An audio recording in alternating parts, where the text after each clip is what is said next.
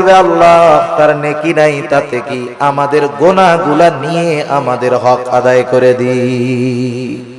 فأما الإنسان إذا ما ابتلاه ربه فأكرمه ونعمه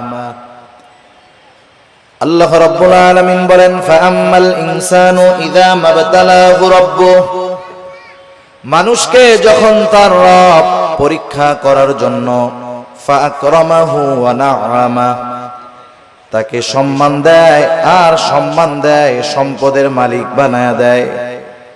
একটু খেয়াল করেন, আল্লাহ তাআলা বলতেছেন মানুষকে পরীক্ষা করার জন্য যখন তার রব তাকে সম্মান দেয়, সম্পদ দেয়, তাকে নেয়ামত প্রদান করে, সে নামাজ না পড়ুক, রোজা না রাখুক, সে মানুষের কাছে বলে বেড়ায় ফায়াকুলু রব্বি আকরামান, আমার রব আমাকে সম্মানিত করেছে। আল্লাহ তাআলা বললেন আমি মানুষকে সম্মান, সম্পদ, নেয়ামত পরীক্ষা করার জন্য দেই, আর মানুষ এটাকে পরীক্ষা না মনে করে সে বলে আমার রব আমাকে সম্মানিত করেছেন।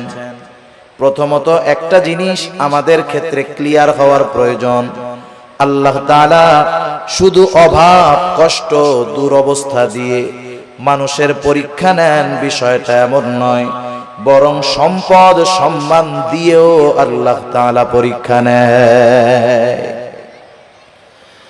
যদি এমনটা হতো সম্মান, সম্পদ মানুষের আল্লাহ তাআলার ভালোবাসার মাপকাঠি, যে যাকে আল্লাহ রাব্বুল আলামিন বেশি ভালোবাসেন তাকে মনে হয় আল্লাহ তাআলা বেশি সম্পদ দেন, বিষয়টা যদি এমন হতো, বলেন তো দুনিয়ার মধ্যে আল্লাহ তাআলার সর্বাধিক প্রিয় বান্দাদের তালিকায় কারুনের নামটা হয়ে যাইত।